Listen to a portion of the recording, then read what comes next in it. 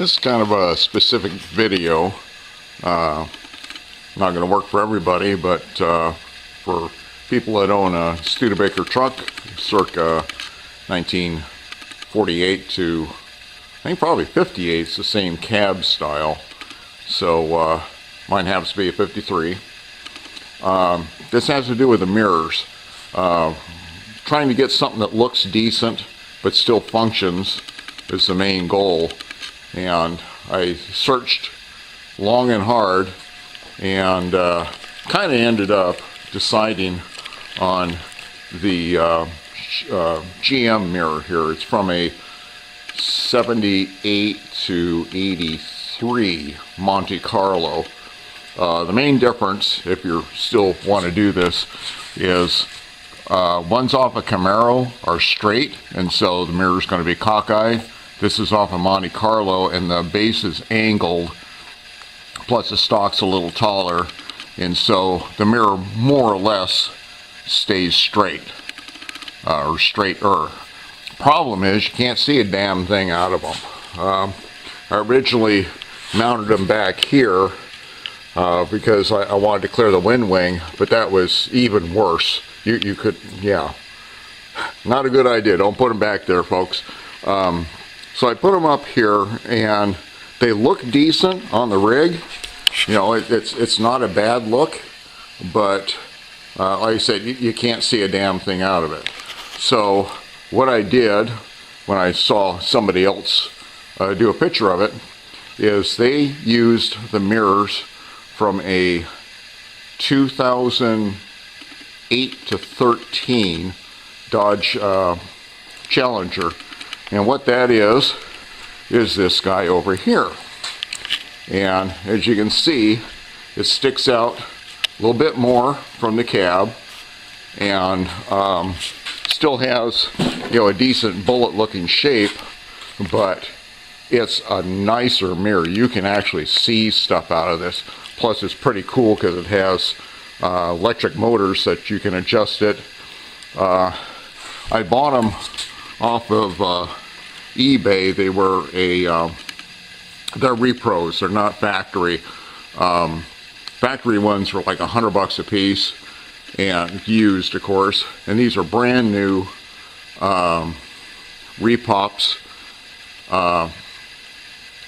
Normally they're going to run you around $60, but for $1 more, I got one with a heater. I may never use the heater, but for $1, what the heck, I'm going to get it, and at least I have that option. So the main problem is they don't sit straight when you mount them, so you have to modify them. That's what the video is about. So hang on and we'll go through the process. This is how it comes. Nice little bag and all, and you know, pretty good looking unit here. It's all ABS, which is actually fairly soft, so you be careful not to scratch it. So whenever you're working on it, you want to put it on something soft, otherwise you scratch the hell out of it and give yourself more work to do, which we don't need. So the factory mounts are in these little rubber protectors for the threads. They did a nice job of that. But you can pull off the rubber grommet here.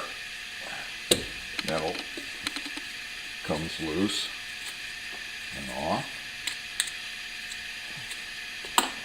And these are the stock mounts here. This is I'm going to say about a 3/8 hole it requires. If you look at the thickness of the skin here, I mean the thickness of the bushing compared to the skin of the vehicle, and it's, even if you mounted it this way, it's going to rattle. So what we're going to do is take them out.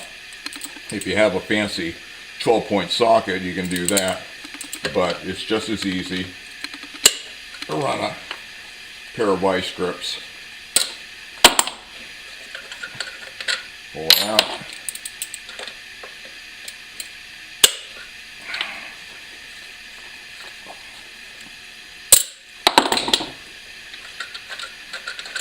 Pull it out. this little locator guy, we're not going to use because it won't work, so that gets discarded. Oh, crap. I hate when that happens.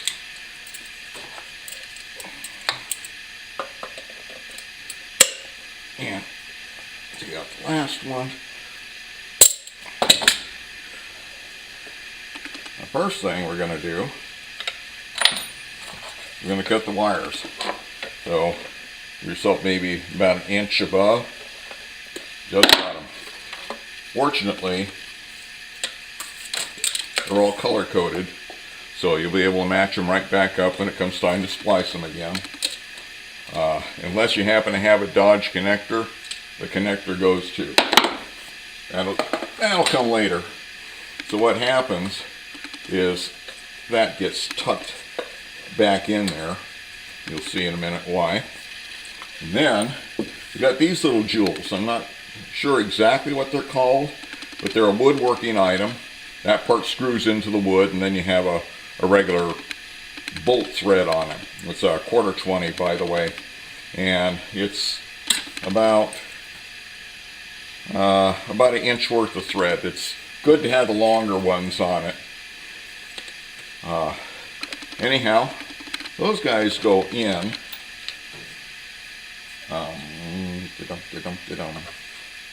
It goes there. Unfortunately, I got a short one, but we double nut them.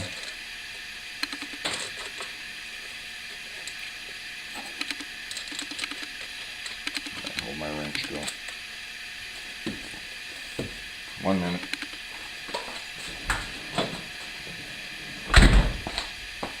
Okay.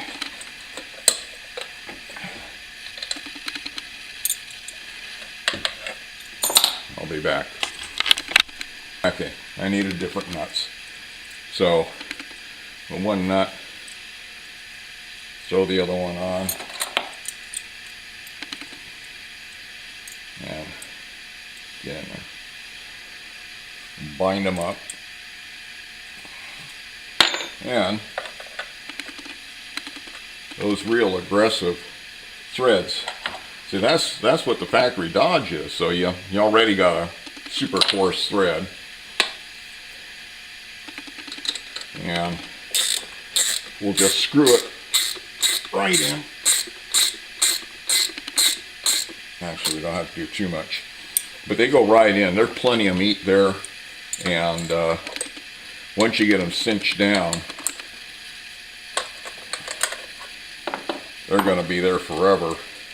And 3 good 1/4 inch studs is a little bit better than that chintzy bolt, which I don't know what the metric equivalent is. I'm sure it's metric, but it corresponds to about a 1032, which for factory, of course, with that nice shoulder and all that, more than adequate for the mount.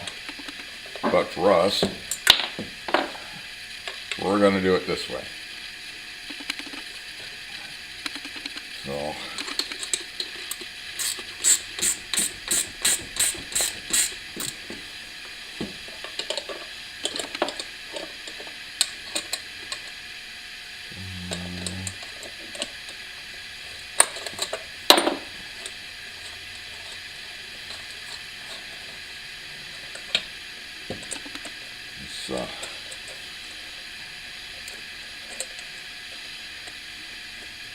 this is the second one. One I did on the driver's side was a practice one. It came out pretty good. I figured I'd make my mistakes on that, or this video would be even longer.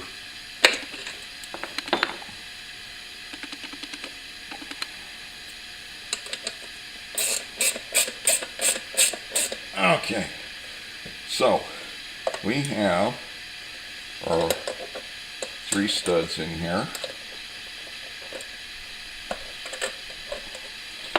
We can proceed to fit it up on the vehicle. What we're going to do next here is we're going to locate it where we want it. Since I already had the GM mirror here, I I'm kind of stuck with this location. Factory's down here, as everybody knows. I didn't see that before. Anyway, so we'll take the rubber gasket, the proper orientation, of course, and I'm going to put it, I'm going to pick up this one hole I have, but you can put her anywhere you want. But we'll do that, and then I'm going to mark roughly where the bolt holes are and the wiring hole is. Then we're going to pop these guys out, and I'll probably pop these about 3/8 or so, and probably 3/4 on that, because I want plenty of room for everybody to rattle around. But this is just an initial setting on it. This will change, trust me. Okay, now we've got our holes drilled roughly, and they, correspond to this roughly. You'll see, I'll put the mirror on, that it fits pretty good. It's not bad at all. But in reality, it actually hangs down, which looks uglier than sin, and it's not going to work. So if we get this guy level,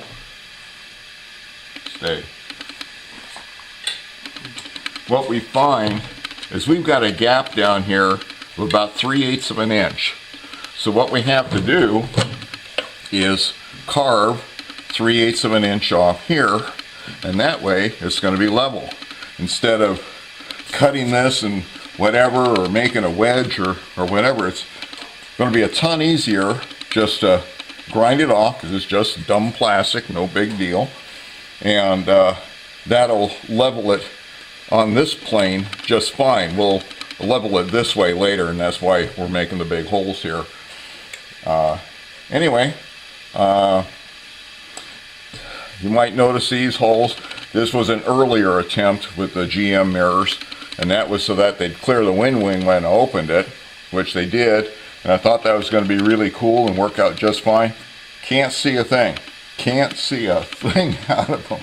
So it's like a really, really bad idea. So now I got to hold the patch, and I got to repaint it and everything, which I absolutely hate to do, but I got no choice, so I'm going to have to live with it. Anyhow, as far as this guy goes, I'll show you how we do that. Okay, what I've done here is I made a few marks there, 3/8 of an inch, and put a piece of tape across it. What we're going to do is we're going to grind the hell out of it and make it work. For that, bear with me, over here I've got my disc sander, and I'm just gonna, there we are, I got a block of wood on it so the thing doesn't get sucked down in the gap, but I'm gonna grind the hell out of it and take a couple of breaks, because it ends up melting the plastic, and you got to be careful you don't destroy things. But just sand the bejesus out of it and make it to where it's relatively flat. It doesn't have to be perfect, but when you're going for it, what I do is, where are we? There we are. Is I'll grind the hell out of the top and just keep rotating it a little bit more until I just touch the bottom edge, and it should be a fairly flat contour across the whole thing, plus giving me the appropriate bevel. So I will be back after I do that. Okay, it's all sanded. I'm almost up to the line. I mean, pretty close. I could go a little more. Like I said, it's not critical, but you can see where now when we put it on here, the unit itself is fairly level. Our problem now is with the contour on it, that we got this gap. So the way we're going to fix that is do some contour sanding. I did for this, I've got a gallon can. I put some sticky, it's about 60 grit, you can use whatever you want. 60 grit works pretty good for me, mainly because that's what I happen to have lying around. And then we're going to sand this guy using this point and this point as the main locators, trying to keep those guys at the top of the apex and just sand the hell out of it. And I won't make you suffer through me sanding this thing. I'll show you when I get her done, so it'll be a while. So now you can see where the contour is a lot closer. It doesn't have to be exact, and you can play with one side or the other to get it more level or not. Actually, it's going to be trial and error, because once you tighten it down, it's either going to be, you know, whatever, and you're going to have to take it off and do it again, and take it off and do it again. Pain in the butt, but you want it right, right? Okay, so our next trick, you can see where it curves around here, and I've just barely touched here. I've touched a lot on the bottom, but we're getting really close to our mount here, and we can't go any further on that. So I said it's close enough. So we need to modify this guy to fit in here. And while it fits okay factory wise, all these little bumps and guys get hit in here, so we have to trim it in order for things to fit, you know, so that the gasket's going to fit just right. So after I trim it, I'll show you. Well, I trimmed this guy, which, of course, now I lost it. But anyhow, oh, there it is. You know, the main cable cover, I guess. And I had to trim this little guy out too. I left as much as I could to help with the location. It's still going to be fun. We'll see in a minute here. But anyhow, not too awful bad. In the meantime, I spliced these guys back together. They're all color coded except for the black ones. And you're looking, and you can see, oh, well, that one's a black with a silver stripe. Well, the other one's got the silver stripe too. It doesn't matter because, well, that's the heater. Okay, that's the heater option. And apparently there's no plus or minus on this. It's just a simple resistance circuit. I was hoping that this was actually a little light, which would be cool if it lit up when it was active, to kind of let you know it's active. But I run it both ways. So I spliced everybody back together and then put heat shrink tubing over the whole thing, and that kind of puts her almost back to factory, so that's pretty good. And then I put the little foam that's included just for some extra cushion, I guess, and sealing. Not that it really matters on this truck because there's nothing on the windows to seal it. The rain just runs down, but you know, just kind of keep some of it out. I'm going to suggest, I'm going to try this trick myself, is run a little contact cement around here and gluing it, because I notice on the other side that because this contour isn't factory, it's not sealing exactly perfect, and I think if we glue it on there, it's going to look better and seal better and work that way. On the wires here, I'm going to start backwards. Since mine has the heated mirror component on it, you got the two black wires, and from what I can tell, it doesn't matter how they're hooked up because, well, there's no markings. They're both identical, and if you hook it up one way, it heats up fine. If you hook it up the other way, it heats up fine. I was hoping that the little indicator here was actually a light that would glow and let you know, but apparently not. It just tells you, yes, this is a heated mirror. But anyhow, that's way down the line, and I'll hook a separate switch for that. So what's left is the three wires here, with the orange being the neutral, and if we go like that, we can hit the what do you call it? That's the vertical one. The white's the vertical, and the red is the horizontal. And to make them go the other way, you're going to have to reverse the polarity and bring her back. Whoops, get on there. And bring her anyhow, bring it back like that. I looked at a bunch of switches. I think I'm going to try and graft a Mustang one in just because it looks good. There's also one off a Chevy truck, I believe. It's just a little knob with a couple arrows on it. You know, it's nice and clean. So I'm going to see which one works. I'm getting them from the junkyard because you need that wiring harness, because you look on the back, there's like 27 terminals. So I'm going to snag the wiring harness, figure out the wiring on that, and get that all put in. Like I said before, since I'm going to be driving this 99.9% of the time myself, once the initial adjustments made, I'm probably not going to ever want to touch it again. So I'm not too worried about that at this point, and I'm more concerned with the installation of the mirror itself. So I highly suggest that you do this modification before you put the windows in, because you got the whole mechanism and everything, and I put power windows in, so I've got all this stuff in here, and you just can't get your hand around to get up in there to make it happen. And what I ended up doing is cutting this hole, which is just razor sharp and all kinds of little things, and just slices the hell out of you. I put some tape around it so it wouldn't permanently disfigure myself. And then obviously, you know, you get up in there and you fight and you kick and you try and get the stupid screws on. What I did here is I drilled 3 holes, and that allows me to get my socket up in here, and I'm able to access the screws a lot easier. What I did is, on this side, you know, I got my original holes, and I've got a real long drill bit that came through and found a decent place, drilled the hole through, and is that going to drop? Yeah, it's going to drop. Anyhow, you can see it comes right on through the other side, so it basically lines up with it.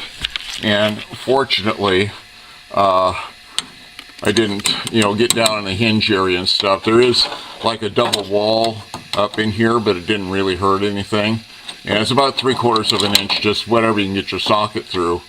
And that way, you just stick your wrench on here, and you really crank them down good, and get them down tight. So, yeah. So I got her bolted down good, and actually the gasket and all doesn't look too bad. So, I mean, you know, for custom, doesn't do too bad.